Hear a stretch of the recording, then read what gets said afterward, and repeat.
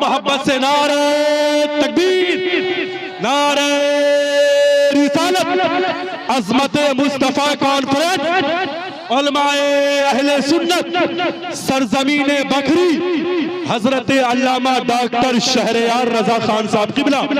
बस इस ख्याल के साथ हजरत के लिए एक शेर है कि रूहानी डॉक्टर है ये, दिल के तबीब है, रूहानी डॉक्टर है ये, दिल के तबीब है, अहमद रजा के बाग के ये अंदलीब है। रूहानी डॉक्टर है ये, दिल के तबीब है, अहमद रजा के बाग के ये अंदलीब है, जिन पे किया है ताजु शरिया ने एतमाद, अल्लामा शहरयार रजा वो खतीब है। जिन पे किया है ताजु शरिया ने एतमाद, अल्लामा शहरयार रजा वो खतीब है। एक अनमोल हीरे की आमद आपकी बारगाह मोहब्बत में हो रही है। आप अदब एहतराम अकीदत व मोहब्बत को मलहूज रखते हुए सुना इंशाअल्लाह तबारक व तआला। यहाँ से एक नई मुहिम का आगाज होगा, बेदारी की नई लहरें आपके अंदर आती हुई नजर आएगी। गुजारिश ये है आपसे कि आप खिताबत सुन करके बताएं, फिर आपके अंदर बेदारी नहीं आएगी तो फिर हमें आप कहेंगे। वअला आलिहि व अस्हाबिहि अजमईन, अम्मा बअद, फ़अऊज़ु बिल्लाहि मिनश शैतानिर रजीम, बिस्मिल्लाहिर रहमानिर रहीम, वज़क्किर फ़इन्न ज़िक्रा तनफ़उल मुमिनीन, वमा खलक़तुल जिन्न वल इंसा इल्ला लियअबुदून। सदक़ल्लाहुल अज़ीम व सदक़ रसूलुहुन नबियुल करीम व नहनु अला ज़ालिका लमिनश शाहिदीन वश्शाकिरीन वल्हम्दुलिल्लाहि रब्बिल आलमीन। एक बार दरूद शरीफ पढ़ लें। अल्लाहुम्मा सल्लि अला सय्यिदना व मौलाना मुहम्मद मअदनिल जुल्ल वल करम व आलिहि व बारिक व सल्लिम सलातन व सलामन अलैका या रसूलल्लाह। सामईन, ज़मीन के जिस हिस्से पर आप बैठे हैं, ये हिस्सा कल क़यामत के दिन अल्लाह की बारगाह में गवाही देगा कि या अल्लाह, तेरे फला फला बंदे मेरी पीठ पर बैठकर तेरा जिक्र कर रहे थे। उस वक्त आप ये सोचेंगे कि काश 2 घंटे नहीं 2000 घंटे इस ज़मीन पर बैठकर मैं अल्लाह का जिक्र करता, ताकि आज मेरा रुतबा और मेरा मकाम और बुलंद हो गया होता। अभी आप इसकी कदर नहीं कर रहे हैं। जो कुछ आप कर रहे हैं, ये समझ लें कि जिंदगी का बहुत बड़ा काम कर रहे हैं। आपने प्रधानमंत्री को भी देखा होगा, हिंदुस्तान के सीएम के भाषण को भी सुना होगा, बिहार के सीएम के भाषण को भी सुना होगा, बड़े बड़े नेताओं को भी सुना होगा।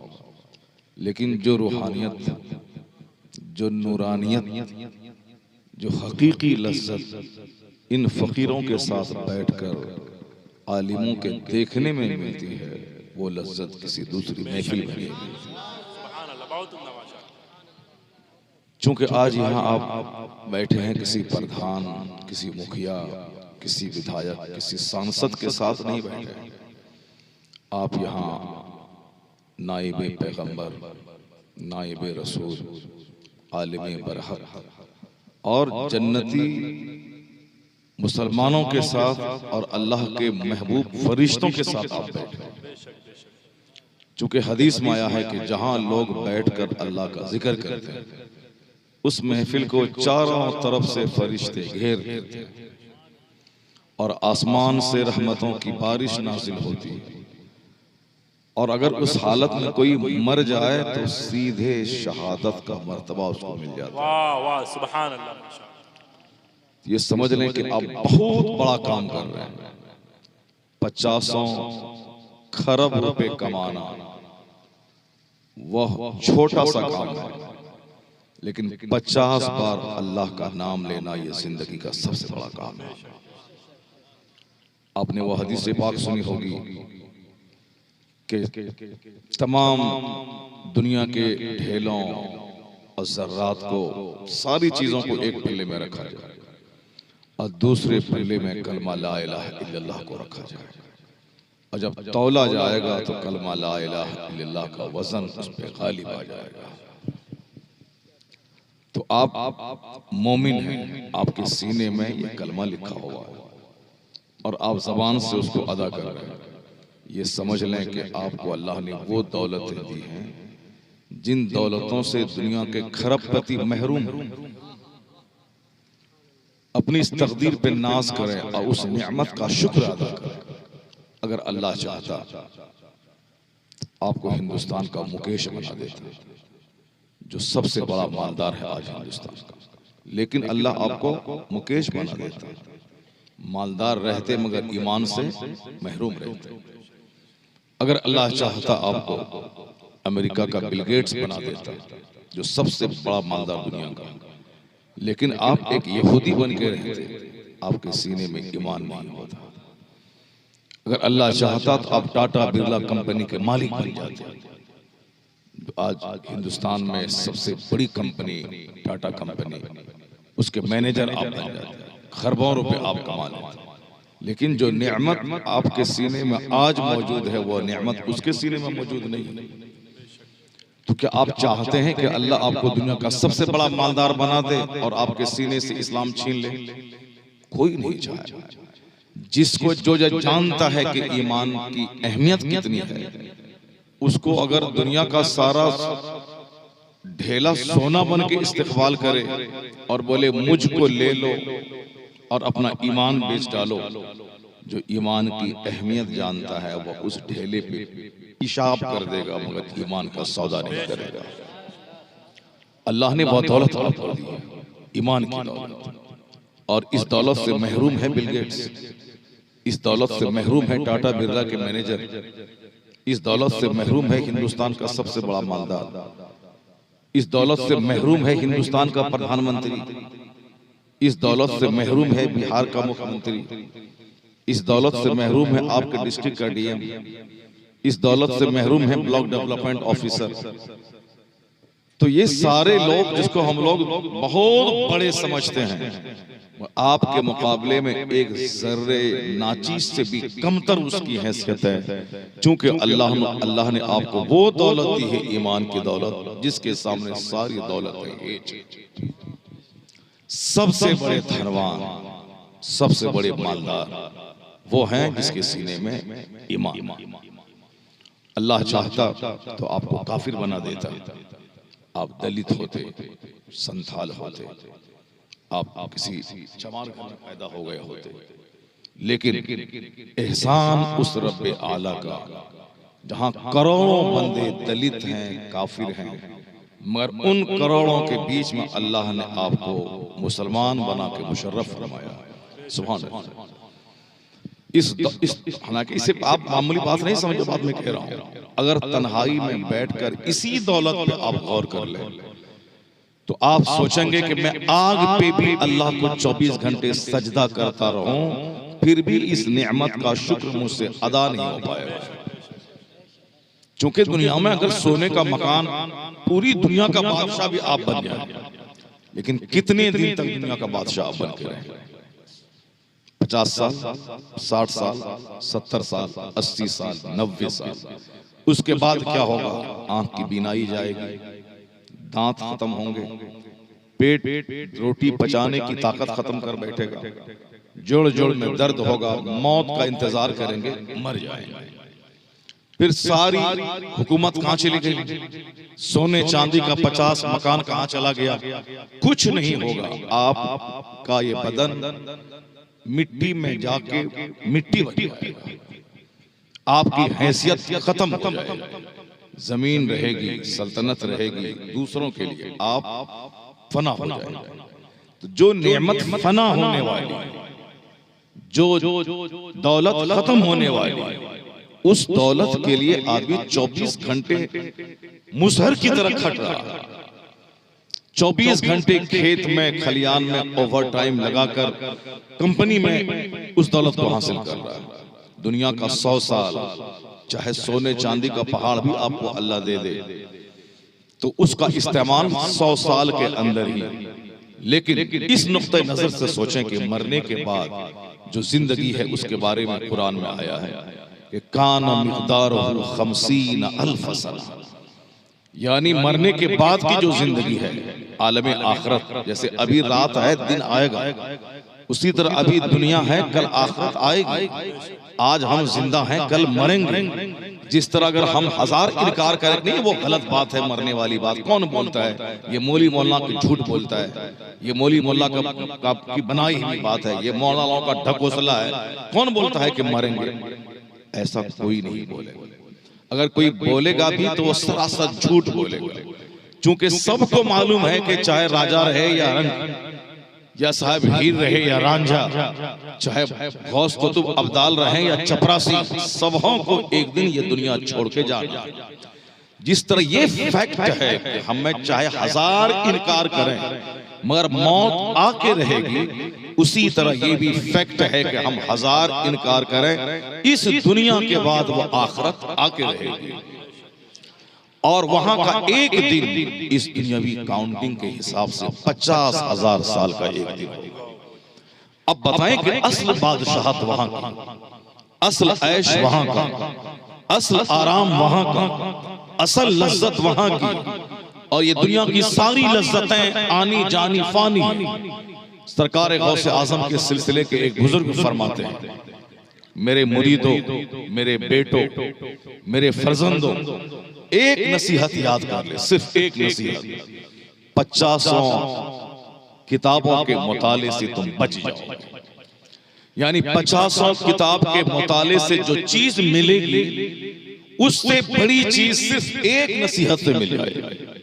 गौसे आजम के सिलसिले का वह शेख कहते हैं, आज आपको ज्यादा नहीं सिर्फ 4 बात मुझसे सुनिए। एक बात अल्लाह रब्बुल इज्जत के ताल्लुक से, एक बात रसूल आजम सल्लल्लाहु अलैहि वसल्लम के ताल्लुक से, और एक बात सरकार गौसे आजम रज़ी अल्लाह ताला अन्हु के ताल्लुक से, और एक आखिरी बात हम अपनी जिंदगी के ताल्लुक से। ये 4 बातें आपको सुननी है, और 4 बातें सुन के यहाँ से जानिए। पहली बार जलसा हो रहा है बकरी में, तो कुछ ऐसी बात हो जाए कि जलसा कल अगर ना भी हो तो कम से कम 50 साल तक के लिए आज का जलसा काफी हो जाए। जरा जोर से बोले ना सुभान अल्लाह। हाँ, एक बार हाथ उठा के बोलिए ला इलाहा इल्लल्लाह, ला इलाहा इल्लल्लाह। माइक वाला तेरा माइक अभी ठीक बज रहा था, 2 मिनट पहले फिर गड़बड़ कर दिया। माइक ठीक कर दो उसको, उसके बाद सोना। माइक ठीक करके सो जाओ। अभी माइक ठीक था तुम्हारा, फिर माइक आवाज अभी ठीक था। ये पीछे वाला जो साउंड है, यहाँ वाला है, सुनो जरा, ए साउंड वाला, ये जो साउंड है इस साउंड को ठीक करो, इस साउंड को, पीछे वाला साउंड ठीक करो, ये साउंड सही, हाँ ठीक है। अब तुम सो जाओ, अब सो जाओ, ठीक है। अब कि आज बकरी का पहला जलसा है। अभी मैंने देखा कि बकरी के जितने लोग यहाँ बैठे हुए हैं उसमें से कोई आदमी 5 बार अख्तर परवाज नईमी को इनाम देने के लिए नहीं आया, क्योंकि पहली बार वो जलसा कर रहा है, वो नहीं जानता जलसा कैसे करे। ये 2 लड़का सामने बैठा हुआ है, ये हरा वाला कपड़ा और उसके बगल में लड़का, ये मैट्रिक में पढ़ता है और वो लड़का क्या करता है, बिजनेस करता है। वो एक बिजनेसमैन है और ये 10th क्लास में पढ़ता है। ये दोनों लड़का अभी कम से कम 20 बार अख्तर परवाज नईमी को इनाम दे चुका है। कोई नहीं उठता था, वही दोनों उठ के आता था। क्यों मालूम है? वो बकरी का नहीं है, वो कोई नहीं खान टोला का है। वो बकरी का नहीं है, कोई नहीं खान टोला का है। इसलिए वो 20 बार उठ के आया। कम से कम आपकी आबरू को रखा है उसने, आपकी लाज उन्होंने बचाई। कोई नहीं खान से आकर वहां से चल के यहाँ क्यों आया है? चलो जिक्र रसूल की महफिल सज रही है, उलमा कराम आ रहे हैं। हम अगर 2 बढ़ गए तो तादाद में इजाफा हो जाएगा, अहले सुन्नत की शान का इजहार हो जाएगा। कोई नहीं खान से चल के यहाँ आया, और इस गांव के बहुत सारे लोग हैं जो खा के सो गए, वो जलसे में नहीं आए। ये अपने अपने मुकद्दर की बात है कि कोई 25 किलोमीटर दूर से चल के आया और कोई 25 कदम चल के भी नहीं आया। सुभान अल्लाह, ये अपने अपने मुकद्दर की बात है। ये नहीं कि वो बोले कि साहब हम जलसा में नहीं गए, जलसा फलाप हमने कर दिया। नहीं नहीं, जलसा फलाप नहीं होता है, गलत बात है। ये जलसा वो जलसा है जिसमें अल्लाह रसूल का जिक्र हो, वो फलाप होता है क्या? कभी नहीं फलाप होता है। नेता की महफिल फलाप होती है, जिक्र रसूल की महफिल फलाप नहीं होती। फलाप वो होता है जो यहाँ की बरकतों से महरूम रहते हैं, वाह वाह, बहुत उम्दा नुक्ता माशाअल्लाह। जो यहाँ बैठ गए, जन्नत का पानी पड़ गया, समझ लें कि लोग रहे ना रहे, लाइटिंग सज गई, खूटा आ गया, एक बच्चा बैठा रहेगा, वह 1 करोड़ लोगों पे भारी है। चूंकि वह एक बच्चा है, मगर 1 करोड़ फरिश्ते उस महफिल को चारों तरफ से घेरे रहते हैं। सुभान अल्लाह। अजमत के एतबार से इस महफिल का कोई जवाब नहीं है। इसलिए महफिल की फलाप नहीं होती, ये हमारी समाअत फलाप होती है, वो हमारी गुफ्तगू फलाप होती है, वो अलग बात है। लेकिन महफिल की असमत बहुत बड़ी है। जिसको निस्बत हो मदीने से, जिसको निस्बत हो बगदाद से, जिसको निस्बत हो अल्लाह रसूल के जिक्र से, वो महफिल बड़ी अहम, जो वहाँ आ जाए वो भी अहम हो जाता है। सुभान अल्लाह। 4 बातें सुन के आप हो जाएंगे, वादा है आपका? सुनेंगे आप? सुनेंगे आप 4 बात? ये बाबा नहीं सुनेंगे, आप कहाँ वहाँ बैठा। अख्तर परवाज इतनी जबरदस्त नात पड़ी, बेटा उनका गिर गया, मर के दोबारा जिंदा हो गया, समझ लीजिए। गिरा, सांस पर रुक गई, अब बहुत देर के बाद सांस जारी हुई तो मर के जिंदा हो गया। तो उसके बावजूद वो 3 कलाम पढ़ा बेचारा, मगर आपने एक बार भी हाथ नहीं उठाया। हम आपको देख रहे हैं बाबा, ये दोनों बाबा फलान बना कर आए, हम हाथ नहीं उठाना। दोनों बाबा है, इसलिए हाथ उठा के आप दोनों हाथ उठा के बोलिए जोर से सुभान अल्लाह। हाँ, खूब बोलिए, ये आखिरी उम्र है, खूब नेकी कर लीजिए, पता नहीं कब जिंदगी की शाम हो जाए। जब उम्र बढ़ती जाए तो आदमी को अपनी रफ्तार बढ़ा देनी चाहिए नेकी की, न जाने कहाँ आदमी की जिंदगी की आखिरी शाम हो जाए। तो इसलिए आपको तो सबसे ज्यादा सुभान अल्लाह कहना चाहिए और हाथ उठाना चाहिए, न जाने दोबारा दूसरी मजलिस मिले कि ना मिले, कि आखिरी मजलिस हो और कल फजर के बाद ऐलान हो जाए फला बाबा नहीं रहा, तो क्या होगा? इसलिए आप लोग अल्लाह का शुक्र है कि जब तक जिंदा हैं, सांस चल रही है, अल्लाह अल्लाह करते रहिए। और अल्लाह अल्लाह करते करते सांस निकल जाए तो बाथरूम में मरने से, शराब और गुटखा खा करके बगैर कलमा के मरने से बेहतर है कि आदमी अल्लाह अल्लाह करते हुए आज ही मरे। सुभान अल्लाह। उस मौत पे जिंदगी भी रश्क करती है जो मौत अल्लाह का नाम लेके आ जाए। इसलिए ये महफिल आपको पहला पैगाम देती है। आज मेरी माँ, बहन, बेटियां सब सुन लें। वो आजकल औरतें भी गुटखा खा रही हैं, तो बहुत ताज्जुब हुआ हमको। पहले कभी करोड़ों में कोई एक औरत को देखते थे खैनी खाते हुए, करोड़ों। वो औरत जो खेत में काम करती थी, उसको कभी देखा खैनी खाते हुए, ताज्जुब होता था कि औरत कैसे खैनी खाती है। लेकिन आज ताज्जुब इस बात पर है कि औरतें गुटखा खाती हैं और मर्द से ज्यादा खाती हैं, मर्दों से ज्यादा खाती हैं। मर्द तो ड्राइविंग करके का एक बहाना बनाता है कि हम ड्राइवर हैं, हम ड्राइविंग कर रहे हैं, नींद आने लगती है, इसीलिए पुड़िया खाते हैं ताकि नींद नहीं आए। ये भी गलत बहाना है। मैंने बहुत ड्राइवर को देखा जो पुड़िया नहीं खाता। खुद मेरा अपना 2 भाई ड्राइवर तो नहीं है, अलबत्ता मुझे लेके कभी कभी जलसे में जाता है मेरी अपनी गाड़ी पे। वो अपना अलग अलग काम करता है, लेकिन घर में इलाके में रहते हैं, तो कहते हैं उनको चलो मेरे साथ। वो गाड़ी ड्राइव करता है, जाते हैं, मगर वो गुटखा नहीं खाता। 500 किलोमीटर, कोई नहीं खान में हम आए थे, मेरा छोटा भाई ड्राइव करके आया था। 500 किलोमीटर आना, 500 किलोमीटर जाना, 1000 किलोमीटर। अगर गुटखा मेरा उससे बड़ा भाई है, वो भी 500 किलोमीटर। एक बार तो 1000-2000 किलोमीटर दूर गाड़ी लेके चले गए। गाड़ी लेके रांची गए, रांची से फिर सिवान आए, फिर सिवान से पूर्णिया गए, यानी 1500 किलोमीटर दूर गाड़ी चली, 2000 किलोमीटर। मगर वो बच्चा गुटखा नहीं खाता।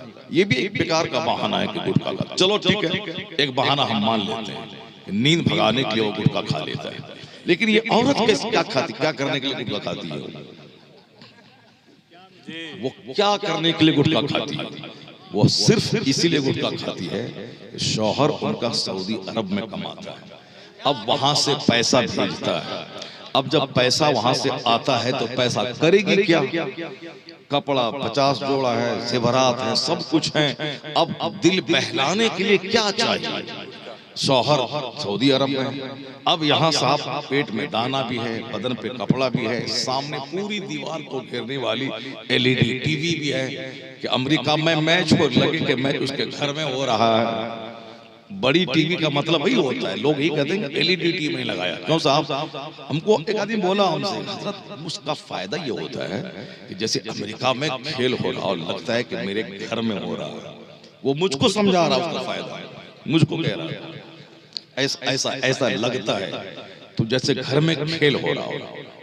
उसमें फिल्में देखी जाती है, बंबई की फिल्म लगता है कि हीरो हीरोइन उनके घर में शूटिंग कर रहे हैं, इसीलिए वो 2-2 लाख रुपए की LED टीवी लगाता, सामने टीवी।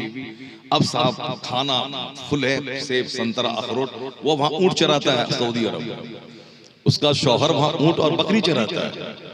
अब वहां साहब 14-14 घंटे वहां पे फैक्ट्री में उसका शेख बोलता है अय्युहल हिंदी मिस्कीन, हिंदी मिस्कीन, ईद के दिन भी हिंदी मिस्कीन। वहां डरता है काम करने से, ईद के दिन सारे लोग खुशियां मनाते हैं और मुझको ये हिंदी मिस्कीन करके मुझसे काम लेता है। चाहे वो इंजीनियर क्यों ना रहे, अरब में वो मिस्कीन ही है। चाहे वो एक इंडियन रुपया 5 लाख महीना कमाए, मगर वहां मिस्कीन ही है। वो शौहर मिस्कीन मर के कमाता है, औरत यहाँ गुटखा खा रही है। बताइए यहाँ गुटखा खा रही है, करेगी क्या? बदन में खाना है, कपड़ा है, टीवी है, सब कुछ है। ये सारा 100% कसूर हमारा कि हम उसे तनहा छोड़कर एक छोटा सा घर, एक छोटी सी गाड़ी खरीदने के चक्कर में 5 साल जाके वहां ऊंट चराते हैं। ये कसूर हमारा।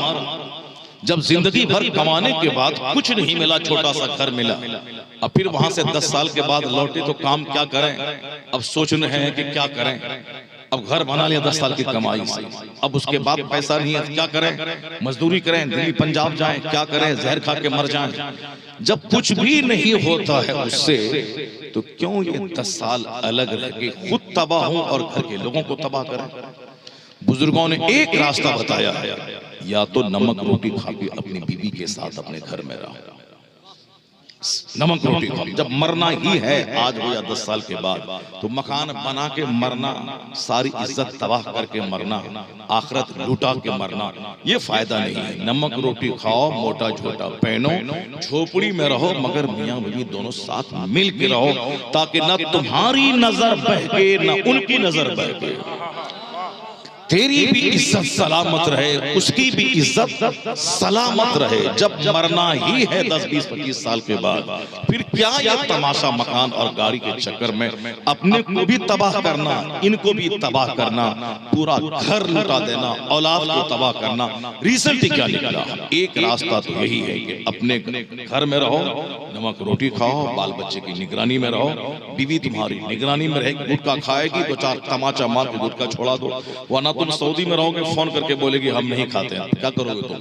ये झूठ बोल देगी, नहीं खाते हैं। आप कैसे करोगे? सामने रहोगे, देखोगे गुटखा खा रही है, मार्केट में जा रही है, अजनबी मर्दों से बात कर रही है, कि किसी जोकर से, कि किसी दूध बेचने वाले हॉकर से, कि चादर बेचने वाले से खिलखिला के हंस रही है, सर से दुपट्टा हटा के हंस के तेरी करोड़ों की इज्जत दूसरों के सामने बेपर्दा कर रही है। सामने तो रहोगे। अब तुम वहां हो सऊदी अरब में, ये यहाँ घर में अकेली है, 2 बच्चा छोटा छोटा है, अब क्या कर रही है तुमको क्या मालूम? पैसा कमा करके करोड़ों की इज्जत तबाह करके, ये बहादुरी है क्या?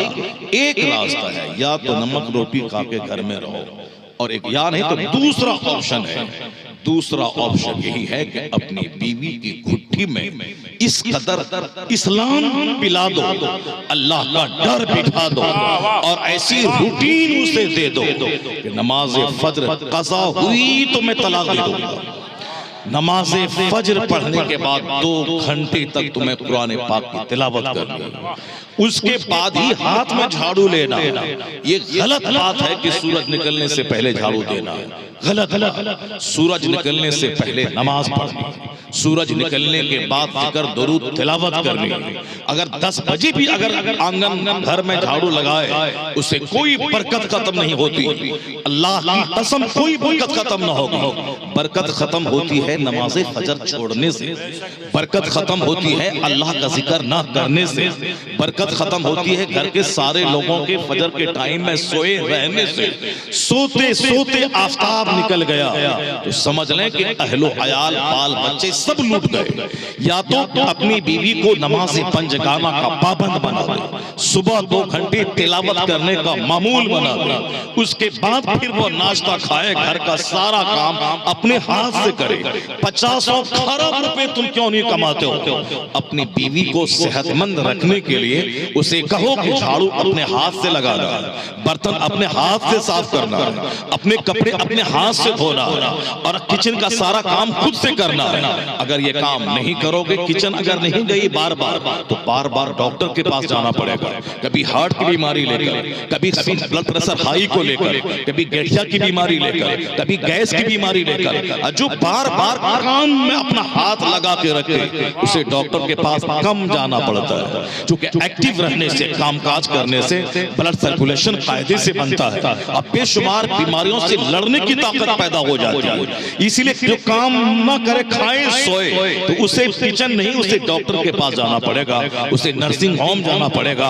एक रूटीन दे दें कि उसके बाद खाना बनाना है, खाना बच्चों को स्कूल भेजना है, जोहर की नमाज पढ़ने के बाद कैलूला करना है, आधा घंटा सोना है, फिर उसके बाद उठ करके बहारे शरीयत पढ़ना, कानून शरीयत पढ़ना, मुकाशिफतुल कुलूब पढ़ना है, फिर असर की नमाज पढ़ के असर से मगरिब के बीच में 1000 बार दुरूद शरीफ पढ़ना है। मगरिब के बाद खाना बना के खाना बच्चों को खिला करके सूरे मुल्क पढ़ना है, सूरे यासीन पढ़ना है, सूरे मुज़म्मिल पढ़ना है, सूरे दुखान पढ़ना है, सूरे वाक़िया पढ़ना है, सूरे तकासुर पढ़ना है, सूरे कौसर पढ़ना है और सूरे कुव्वत बिल फलक व बिल नास पढ़ना है। यानी इन सूरतों को रोजाना पढ़ना है। उसका फायदा क्या होगा?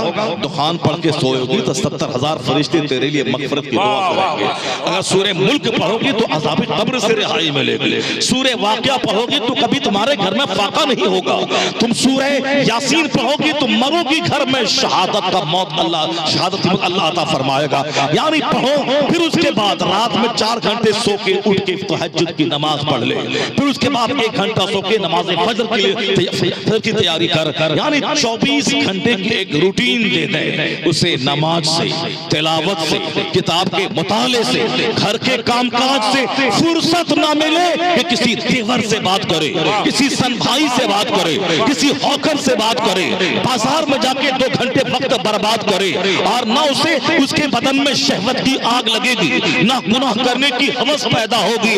उसे इबादत से फुर्सत नहीं कि गैरों की तरफ नजर उठा के देखे। अगर ये काम तुम कर दे रहा है तो 25 साल रहो तुम सऊदी अरब में, तेरे घर में ना ज़िनाकारी दस्तक देगी, ना इज्जत पे कोई हमला होगा। जो रब की इबादत करेगी, रब की रहमतों के साए में जन्नती जिंदगी यहाँ गुजारेगी और जन्नती जिंदगी तो मदीने में। नारे तकबीर, बेदार हो जा, बेदार। नारे तकबीर, नारे रिसालत, पैगाम इस्लाम, अज़मत मुस्तफ़ा कॉन्फ्रेंस, खलीफा हुजूर ताजुल शरिया अल्लामा मुफ्ती शहरयार रजा खान साहब क़िबला। इससे हट के कोई दूसरा रास्ता नहीं। ये 2 ऑप्शन है।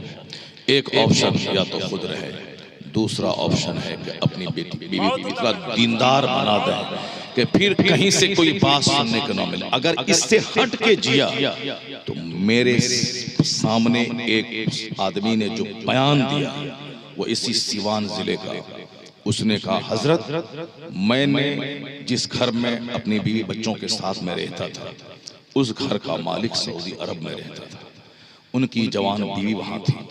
मैं अपनी बीवी की मौजूदगी में बरस तक मैंने उस औरत का इस्तेमाल करता रहा। उसने मुझसे बयान किया, अल्लाह की कसम कसम उसने मुझसे बयान किया। मेरी बीवी भी जानती थी मगर बहुत डर से कुछ बोलती नहीं थी। मैंने बहुत दिन तक इस्तेमाल किया उसका। तो किसी दूसरे ने कहा हाँ हाँ फौजी फौज में, पड़ोसी मौज में। फौजी फौज में पड़ोसी मौज, इससे हट के जो जिएगा वही होगा जो जामिया अशरफिया मुबारकपुर का महानामा अशरफिया में जो मजमून छपा था, इससे हट के जीने का अंजाम वही होगा। आजमगढ़ जिले का एक शख्स गल्फ में रहता था, वहां से आने के बाद खबर मिली उनको कि उनकी बीवी उनकी गैर मौजूदगी में आजमगढ़ शहर का होटल अटेंड करती है। तो अब सबूत तो कोई मिले, उन्होंने एक तरकीब से इस खामी को पकड़ने की या इसकी सच्चाई की तलाश की तदबीर की। उन्होंने अपने घर में कहा कि फला दिन मेरी फ्लाइट है दिल्ली से, इसलिए मैं आज यहाँ से जा रहा हूँ। ठीक है, वो वहां से गया, भनक मिली थी उसी होटल में, वो जाके कयाम किया ठहरा। उसके बाद होटल के मैनेजर से चुपके से कहा कि जितने भी क्लाइंट्स आती हैं उनकी तस्वीर तुम्हारे पास मौजूद है, चूंकि यह सब काम ब्लैक में होता है। अब उनके सामने सारी तस्वीरें आ गई कि मुझे चाहिए, उन तस्वीरें दिखला दी। उन तस्वीरों के बीच में वो अपनी बीवी की तस्वीर तलाश कर रहे, कहा कि मुझे ये चाहिए। तो उन्होंने फौरी कॉल किया कि कस्टमर मौजूद है, जबकि शौहर उनका 1 महीने उनके साथ रहा। उनको ये कहना तो चाहिए था कि नहीं अभी तबीयत नहीं है, फिर बाद में देखेंगे। नहीं, पाखाने का कीड़ा वो गुलाब नहीं चाटता, पाखाने का कीड़ा वो अत्र नहीं पीता, पाखाने का कीड़ा पाखाना ही खाता है। जो ज़िना का आदी हो जाए, शौहर के घर में शौहर की सारी आमदनी खाने के बावजूद भी उसको उसमें दिलचस्पी नहीं होती है जब तक कि वो हराम तरफ न जाए। भौरा गुलाब चूसता है, पाखाना का कीड़ा पाखाना चाटता है। अगर इनको हटा दें तो दोनों मर जाएगा। जो अच्छी सोहबतों में रहने का, अच्छी बात सुनने का आदी, जो जन्नती लोगों का चेहरा देखने का आदी, जब तक वो आलिम को देखे नहीं चैन नहीं मिलता, जब तक वो दीन की बात सुने नहीं उसे चैन नहीं मिलता।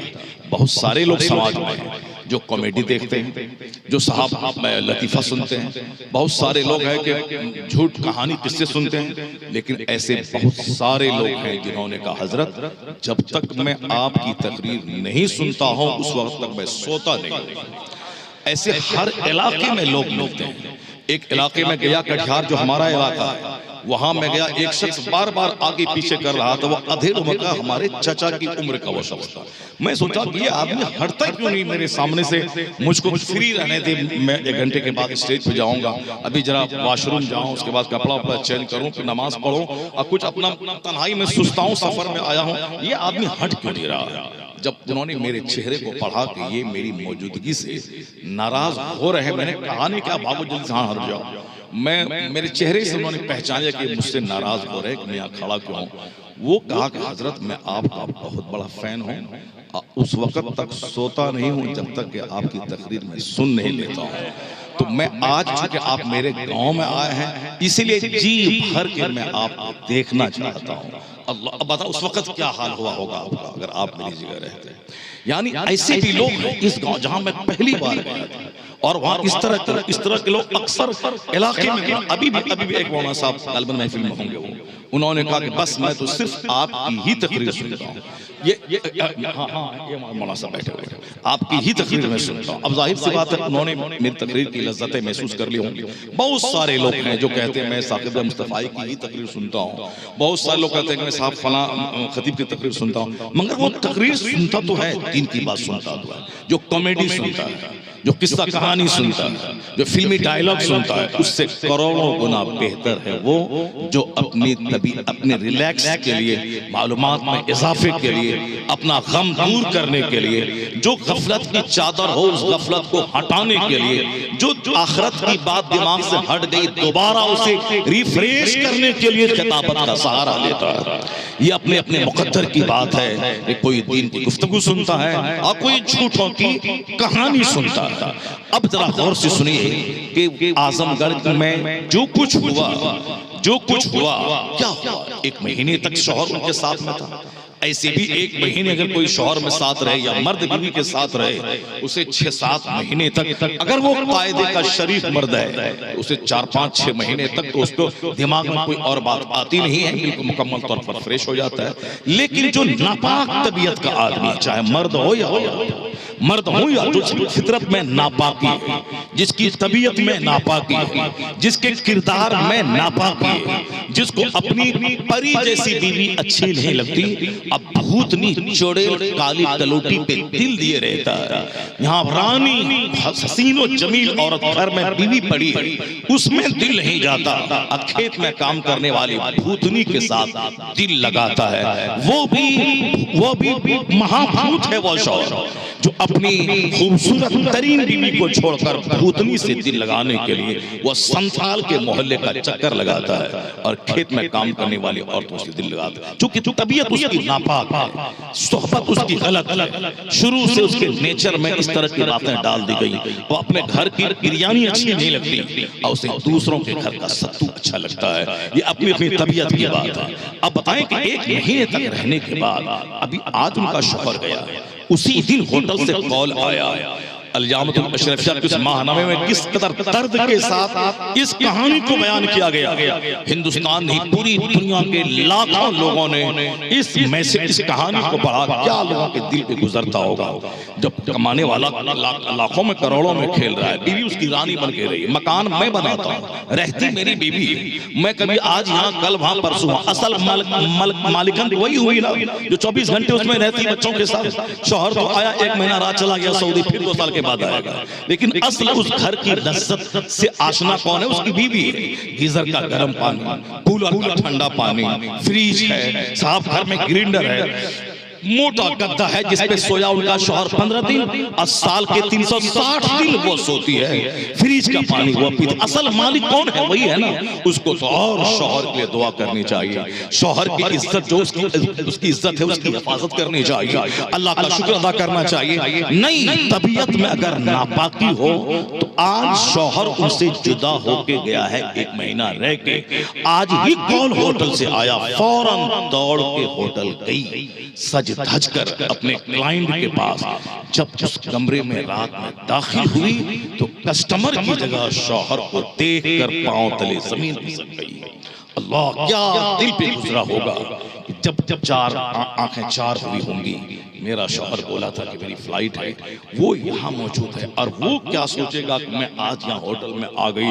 अब इसके आगे वो रोई धोई, पांव पकड़ी, गलती की माफी मांगी, क्या हुआ, उसने तलाक दिया, मार पीट के निकाला, वो एक अलग इशू है, अलग मैटर है। मगर बात इतनी है, इस कदर बदन में शहवत की आग कैसे लगी कि आज ही शौहर गया है और दौलतों में खेलने वाली, आराम से रहने वाली, एक नापाक काम के लिए, चंद सिक्के के लिए और अपने गलत ख्वाहिश की तकमील के लिए किस कदर घिनौने काम का सहारा लिया है। एक वही नहीं, इस तरह की हजारों कहानियां हैं। बात वही, अब भी जलसा से लोग भागेगा, अब भी आमिर को लोग बुरा कहेगा, अब भी मस्जिद को उजाड़ेगा। ये मस्जिद के उजाड़ने का वबाल है कि मेरा घर उजड़ गया, ये मदरसा उजाड़ने की सजा है कि घर उजड़ गया, ये जलसा उजाड़ने की सजा है कि घर उजड़ गया। जब बीवी उजड़ गई तो क्या रहा, जब औलाद बिगड़ गई तो क्या रहा, जब औलाद आवारी लुच्ची लफंगी हो गई, जब बीवी सानिया फाहिशा हो गई, उस कमाई पे बहाना कर दे, औलाद ही नहीं रही, बीवी ही नहीं रही, घर का इस्लामी कल्चर नहीं रहा, वो कमाई करके क्या करेगा आदमी? असल में वो आदमी है कि घर सलामत, औलाद सलामत, बीवी सलामत, अपनी आबरू सलामत। ये सलामत ऐसे नहीं रहेगी जोकरों के पास रहने से, 4 घंटे मोबाइल चलाने से, व्हाट्सएप यूट्यूब में तमाशा देखने से। अगर आदमी चाहता है कि मैं सलामत रहूं, मेरी बीवी सलामत रहे, मेरी औलाद सलामत रहे, मेरा घर सलामत रहे, एक ही रास्ता है कि जलसा सलामत रहे, मस्जिद सलामत रहे, मदरसा सलामत रहे, खानका सलामत रहे, दीनी किताबें सलामत रहे, दीनी सोहबत सलामत रहे। अगर दीनी सोहबत सलामत रही तो तुम अगर बाहर भी रहेगा तो तेरे घर की हिफाजत खुदा करेगा, खुदा का फरिश्ता। नारे तकबीर, जरा बेदारी के साथ हाथों को उठा कर नारे तकबीर, नारे रिसालत, पैगाम इस्लाम, मजहब इस्लाम। अल्लामा डॉक्टर शहरयार रजा खान साहब किबला, सरजमीने बकरी। चंद सिक्के की तलाश में, चंद सिक्के की तलाश में सारी जिंदगी तबाह कर लेना, सारा घर उजाड़ देना, ये बहादुरी नहीं। बहादुरी यही है कि आदमी दुनिया में रहे पूरे चमन को आबाद करके रखे, घर को आबाद करके रखे। आज की तारीख में एक शिकायत कितनी मिल रही है, अब मेरा बेटा मेरा नहीं रहा, मेरी औलाद मेरी नहीं रही। हजरत कुछ ऐसी तकरीर कीजिए कि औलाद के दिल में वालिदैन की अजमत बैठ जाए। जहां भी जाते हैं लोग, बूढ़े लोग ही कहते हैं हजरत कुछ ऐसी तकरीर कीजिए कि आज बूढ़े बाप का कोई सहारा नहीं है, आज बूढ़े माँ बाप बेचारे हैं, बच्चे बाहर हैं, पढ़ाया लिखाया जमीन बेचकर सारी एनर्जी झोंक दी, आज बच्चे उसके नहीं रहे। क्यों नहीं रहे साहब? बच्चा इंजीनियर बन गया, बच्चा बंबई में गया, बंबई ही में